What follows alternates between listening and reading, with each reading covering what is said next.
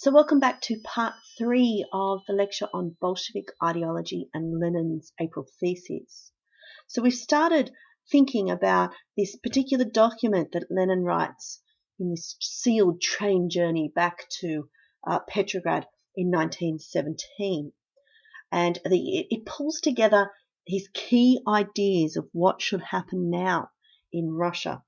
And he starts from the very time that he steps off that train and starts talking, the key messages of his April thesis are proclaimed. Now, the April thesis is actually published as well. It's published in Pravda on the 7th of April, but the messages that he has come out straight away. And the key message is we need to push for the socialist revolution now. Let's not just be happy with what's happening now. Let's push for the socialist revolution, the real revolution, now. Let's not sit back and be happy with what we've already got. So there were 10 key ideas in the April thesis, and what I've done is simplified the key ones here. And I also want to contrast what Lenin is saying with what the provisional government was offering in 1917. So first of all, we're looking at, so Lenin is saying, let's withdraw from World War I. Now, that's a fairly key Bolshevik message, had been there the whole time, and Lenin had written extensively on it in the past. So withdraw from World War I. What are the provisional government doing at the same time? Of course, as we know, continuing the war, and an offensive war, because of their commitment to the Allies, the British and the French in particular, because they want to have their money, okay, once the war has finished. So Lenin is also, of course, the key message, socialist revolution now. And he's saying we can't sit back and wait for the pure Marxist model to happen. It's not going to happen in Russia. Adjust to the situation in Russia. Don't wait. Let's push now for that final proletariat revolution. Now, the provisional government is saying, of course, the revolution has already happened. This is the revolution. We are now in post-revolutionary Russia. And what they wanted, of course, was a constitutional democracy, and they were on their way to creating it. Lenin doesn't want that. Let's skip that step, he says, and push for the dictatorship of the proletariat to start from now. So what he's saying, of course, is no support for the provisional government. They are not what we want, and therefore all revolutionary activities are going to accelerate, including violence. The provisional government, of course, is trying to reduce chaos and establish order at that time. And here's Lenin saying, revolution now, let's agitate, let's move, let's put pressure on the provisional government.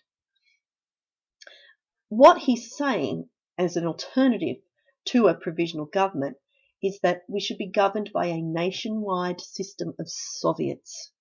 So remember those the local groups, a nationwide system of these, allowing for the workers to be involved at the very grassroots level and govern themselves effectively. The provisional government, of course, wants a constitutional democracy to elect a constituent assembly, and they are working towards establishing elections there. Lenin says, let's get rid of all state bureaucracies, the whole government, get rid of the army, get rid of the police. The whole state has to go. Instead, we'll set up small militia groups, which are, armed people around our Soviets to defend us, but we don't need a large bureaucratic system in place. Now, the provisional government requires a bureaucracy. It needs to function across that massive Russian empire. And it, of course, wants to maintain an army under government control. So we've got very big contrasts here. Lenin is calling for agricultural reform, revamp the agricultural system. So, of course, using a Marxist approach, he wants to confiscate private property from landowners, and he wants to nationalise, that is, give the land to the state. The state will own the land and run agriculture. The provisional government is looking to improve agriculture, but no change to ownership. Lenin says that all banks and financial institutions should be nationalized, that is, owned by the state, run by the state. The provisional government isn't interested in changing the capitalist economy. They want to continue foreign investment. They want this capitalist structure to continue. Lenin says that using, good Marxist theory, that the Soviets will control production and distribution of goods. That is, the Soviet will control what is being created and who will get what. And this will ensure that food will actually be better distributed to the people more evenly. The provisional government had no policy on food distribution at this time, even though a lot of people were hungry. And lastly, Lenin's April thesis is talking about building an international communist movement. There will be communism in Russia, he says, but global communism will follow. Russia will just be the first to topple. And if we topple, then others will topple after us. The provisional government, of course, doesn't want communism. They want a liberal democracy. And they want to, communicate with other liberal democracies around the world, like Great Britain and France. So they are afraid of communism, really. Now, over the time, Lenin gets very good at this message. Originally, he writes in very heavy theoretical speech, but within a few weeks, because of his skill at honing down a message, he is able to synthesize his key points, understand what the Russian people are looking for. And what we can do is convert it into 4 key things. A nationwide system of Soviets becomes all power to the Soviets. Withdrawing from World War I means peace. People want bread. They want food. And they also want, the peasants, land. So these 4 key points become a major slogan, which is very catchy and very much what the people want and very different to what the provisional government seems to be offering. So here we have Lenin with his peace, bread, land slogan. Now, what did people think of this? Lenin gets off the train at Petrograd, starts talking about this, and this is what happens. At the first meetings that he goes to, meetings of Bolsheviks and Mensheviks, people boo him. They think he has gone crazy. Basically, they are saying Lenin just doesn't understand what's happening here. He's come back from exile, so many years in exile, he just doesn't understand what's happening on the ground here. In fact, his own wife was against him and thought he had gone a bit crazy. One of the only people that did support him was Alexandra Kollontai.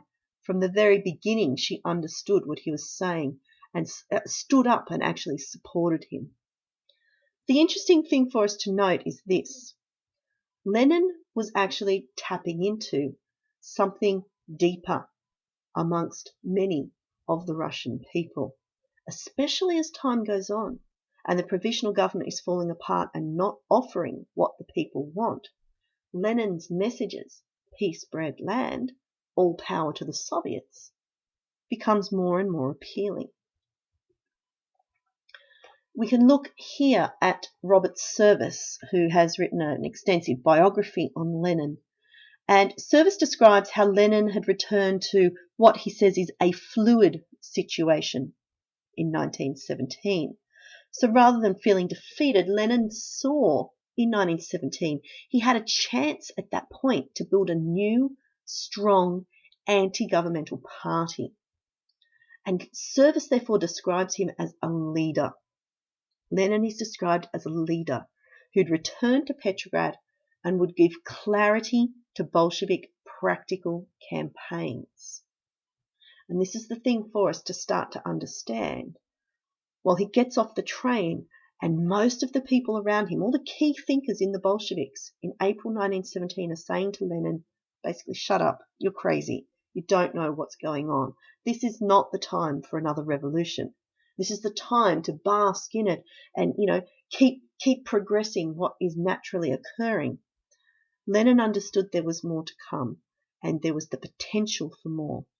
And it's his ability to stand up and put forward his ideas, and with his, very passionate, committed personality, he doesn't back away from his ideas. He keeps at it. He keeps pushing them down. And what we want to look at now is how things now unfold through 1917 with Lenin, with his strong message of the proletariat revolution, and how that is going to play out in that environment of a failing provisional government and a Soviet that is gaining power and support from key people within Russia. That's it for this lecture on Bolshevik ideology and Lenin's April thesis.